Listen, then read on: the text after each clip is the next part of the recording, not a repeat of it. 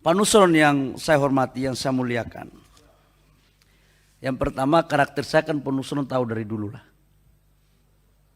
Coba tunjukkan kepada saya, pengusaha siapa yang bisa main-main saya. Kalau itu ada, saya berhenti dari hari ini. Kalau ada pengusaha yang bisa mengatur saya untuk main-main dalam konteks untuk urusan uang, katakanlah begitu, tunjukkan kepada saya. Saya akan berhenti dari ruangan ini. Dan Pak Nusron kan tahu kelakuan saya dari dulu, saya aktivis. Yang kedua, saya ingin menyampaikan, tidak ada negara ini kita memberikan negara. Satu hal Pak Nusron, 17.000 lebih hektar itu, 10.000 lebih itu hutang lindung. Sekali lagi, tadi saya sudah sampaikan, 10.000 lebih itu hutang lindung. Yang kedua adalah 7.000 lebih, 7.500 itu HPK. Hutan konservasi, yang harus statusnya diturunkan menjadi APL. Ini prosesnya udah hampir selesai. 570 APL, SK-nya itu SK Menteri ATR nomor 51 dan 45. Tahun 2023. Pak, sebentar Pak. Pertanyaan saya Pak. 570 hektar SKAPL tahun 2023. Sebelum tahun 2023 sudah ada manusia tinggal di sini Pak dalam APL.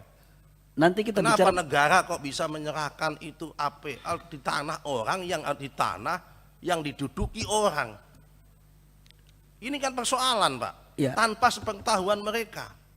pimpinan. Padahal itu Boleh, tanahnya tanah nenek moyang mereka Pak. pimpinan boleh saya lanjutkan dulu.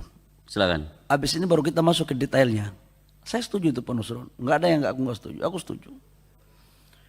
Yang kedua, menyangkut dengan, ini menyangkut status dulu ya Pak Nusron ya, bahwa ada plus minusnya kita atur. Yang kedua, saya pikir apa yang disampaikan oleh Pak Nusron tadi itu menjadi introspeksi untuk kita semua. Sangat bagus sekali, tapi ada beberapa catatan Pak Nusron. Yang pertama, kalau urusan BP Batam tentang apa yang di narasi terakhir nanti Pak BP Batam, karena saya sama sekali tidak ikut. Tetapi jangan sampai ada persepsi bahwa seolah-olah untuk investasi Rempang ini perlakuannya khusus dengan yang lain. Dari Kementerian Investasi enggak seperti itu. Kenapa? Karena tim saya, perwakilan saya di China itu sudah melakukan pertemuan ini berbulan-bulan, berkali-kali, dan tim saya memberikan rekomendasi untuk mengecek ini perusahaannya. Maka kemudian saya datang ke China. Ini sebenarnya adalah Pak Nusron, mohon maaf, ini adalah sebenarnya hilirisasi tahap kedua setelah nikel untuk pasir kuarsa dan pasir silika. Ini yang kita membangun di sana. Nah, setelah saya ke sana, ketemulah sama investor. Dan saya ketemu langsung perusahaannya dan saya datang ke pabriknya.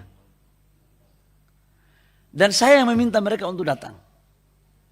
Nah, terkait dengan lokasi, jadi sekali lagi saya clearkan bahwa kami tidak pernah membeda-bedakan mana perusahaan mana itu Pak Nusron, insya Allah lah.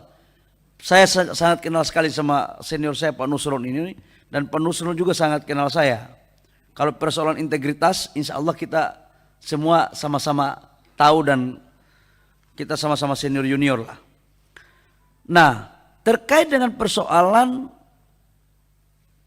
APL yang ada sekarang itu dan berapa areal yang dipakai, itu kan yang tadi Pak Nusron minta tadi. Dari total 7.000 lebih atau 8.000 lebih termasuk APL 570 hektar Pak Nusron, yang dipakai hanya 2.300 hektar. Jadi tidak semuanya untuk investasi ini. Namun proses untuk MEG dengan BP Batam, APL-nya bukan APL milik MEG Pak Nusron. Batam.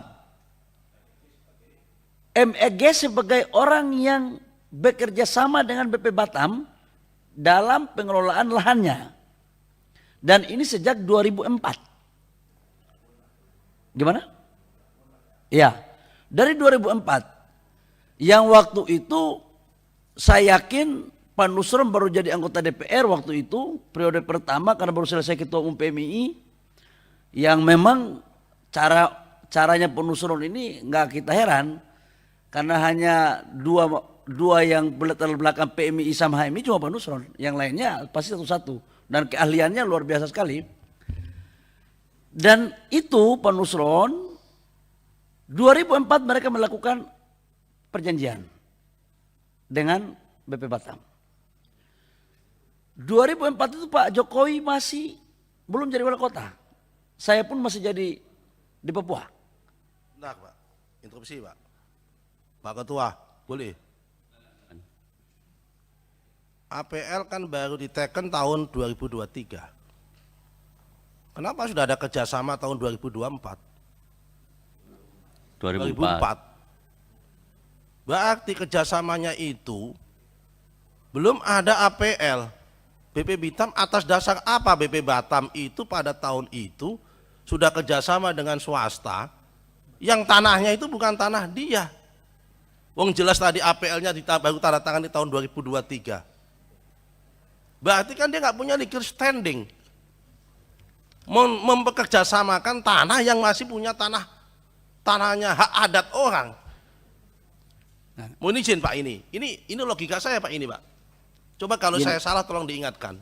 Pak Nusron, biar tidak terjadi distorsi, saya ingin menyampaikan bahwa dalam peta dana penguasaan BP Batam, areal yang ada, negara kita kan selalu begitu Pak Nusron, itu dikuasai oleh BP Batam. Dan itu sejak Kepres 28, nomor 28 tahun 92. Kepresnya. Ya. Wilayah kerja BP Batam 19 Juni tahun 1992. Nah, maksud saya begini, kalau kita mau mendalami asal usul musababnya, saran saya bikin forum khusus aja pimpinan.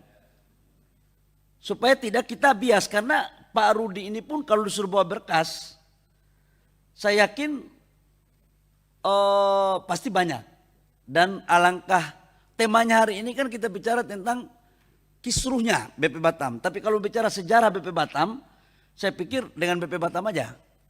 Karena saya tidak juga pada kompetensi untuk menjelaskan proses awal itu. Saya hanya pada konteks investasinya. Jadi intinya adalah APL itu milik BP Batam. Bukan milik PT MEG. Dan arealnya 2.300 hektar. Biar itu clear. Yang ketiga Pak Ketua, Pak Nusron, kalau ke yang lain boleh Pak Nusron punya pandangan atau apa silakan.